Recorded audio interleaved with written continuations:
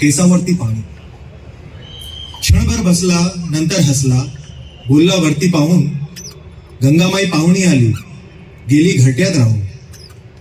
माहेरवाशीण पोरीसारखी चार भिंतीत नाचली, मोकळ्या हाती जाईल कशी, बायको मात्र वाचली. भिंत खचली, चूळ वेझली, होते नव्हते नेले, प्रसाद म्हणून पापण्यांमध्ये पाणी थोडे ठेवले.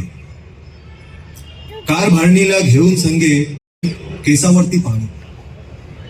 क्षणभर बसला, नंतर हसला, बोलला वरती पाहून, गंगामाई पाहुणी आली, गेली घरट्यात राहून. माहेरवाशीण पोरीसारखी चार भिंतीत नाचली, मोकळ्या हाती जाईल कशी, बायको मात्र वाचली.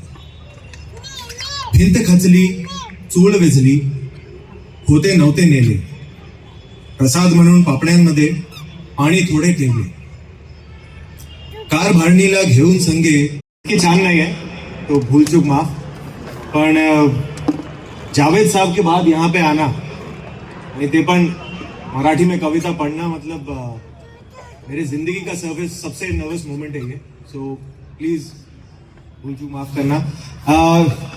नॉन महाराष्ट्रियन होकर, जिसकी पैदाइश महाराष्ट्र में हुई हो, जिसकी शिक्षा महाराष्ट्र में हुई है, जो काम महाराष्ट्र में करता है, उसका आज इस मंच पर होना, शिवाजी पार्क पे मराठी भाषा दिवस पर, मेरे लिए बहुत मान की बात है. और खरंच खूप धन्यवाद राज ठाकरे सर, मुझे ये मान देने के लिए. कोण आहेस कोण तू? आणि ती कविता आहे, त्याचं शीर्षकच आहे कोण तू रे कोण तू.